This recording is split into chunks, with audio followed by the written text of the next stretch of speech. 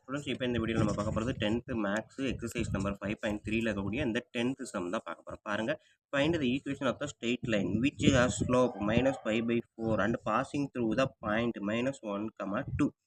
So இங்கே நம்ம altitude கண்டுபிடிக்கிறதுக்கு என்ன பண்ணணுமோ அதே தான் இங்கே சிம்பிளாக முடிச்சிடலாம். ஓகேங்களா? ஸ்ட்ரெயிட் லைனுக்கான ஈக்குவேஷன் ஒரு ஸ்லோப்பும் ஒரு பாயிண்ட்டும் கொடுத்துருக்காங்க. தான் நம்ம வீடியோவில் பார்க்க போகிறோம். பார்க்குறதுக்கு முன்னாடி நம்ம சேனல் இருக்குது சப்ஸ்கிரைப் பண்ணலைன்னா தயவு செய்து சப்ஸ்கிரைப் பண்ணிக்கலாம். ஓகேங்களா? ஸோ இப்போ 10th கொஸ்டின்னு பார்த்தீங்கன்னா ஸ்லோப் வந்து என்ன கொடுத்துருக்காங்க, -5/4. ஒரு பாயிண்ட் கொடுத்துருக்காங்க, ஏன்னு வச்சுக்கிறேன், -1, 2.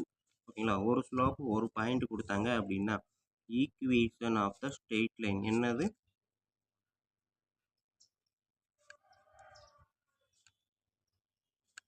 y minus y1 equal to m into x minus x1. ஓகேங்களா? ஸோ இதுதான் ஸ்ட்ரெயிட் லைனுக்கான ஈக்குவேஷன். ஸோ இப்போ பார்த்தீங்க அப்படின்னா இது x1 இது y1. ஸோ அப்போ நான் என்ன பண்ண போகிறேன், y minus y12 equal to mன்றது -5/4 into x minus -1. ஓகேங்களா? இது மல்டிப்ளிகேஷன் இருக்கிறதுனால இதை நான் ப்ராக்கெட்டில் போட்டேன். பட் உள்ள ஒரு மைனஸில் ஒன்று வருது, ஆல்ரெடி ஒரு மைனஸ் இருக்கிறதுனால இதை தனியாக ப்ராக்கெட்டில் போட்டிருக்கேன். ஓகேங்களா? ஸோ கொஞ்சம் கவனமாக பார்த்தீங்கன்னா உங்களுக்கு புரியும். 2 மைனஸும் பக்கத்தில் வரக்கூடாது. அது பக்கம் இந்த ப்ராக்கெட்டை மட்டும் முடிச்சுட்டு விட்டுறக்கூடாது. இந்த ஓப்பன் பண்ண இதையும் க்ளோஸ் பண்ணி ஆகணும். ஓகேங்களா?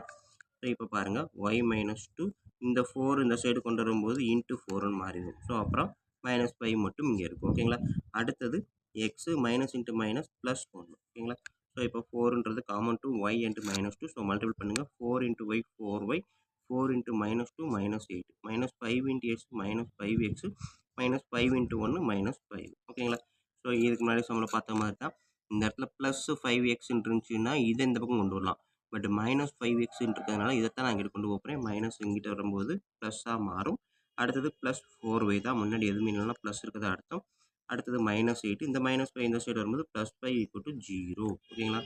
ஸோ 5x + 4y -8 + 5 வேறு வர சைனு. ஸோ பெரிய நம்பர் சின்ன நம்பர் சப்ட்ராக்ட் பண்ணால் 3, பெரிய நம்பர் பக்கத்தில் இருக்க சைனும் -, =0. ஓகேங்களா? அவன் கேட்டிருக்கக்கூடிய ஸ்ட்ரெயிட் லைனுக்கான ஈக்குவேஷன் இதுதான். 10th சம் இவ்வளோ தான். ஓகேங்களா ஸ்டூடெண்ட்?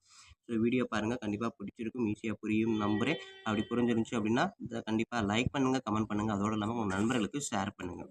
நன்றி. நெக்ஸ்ட்டு நம்ம 11th சம் பார்ப்போம்.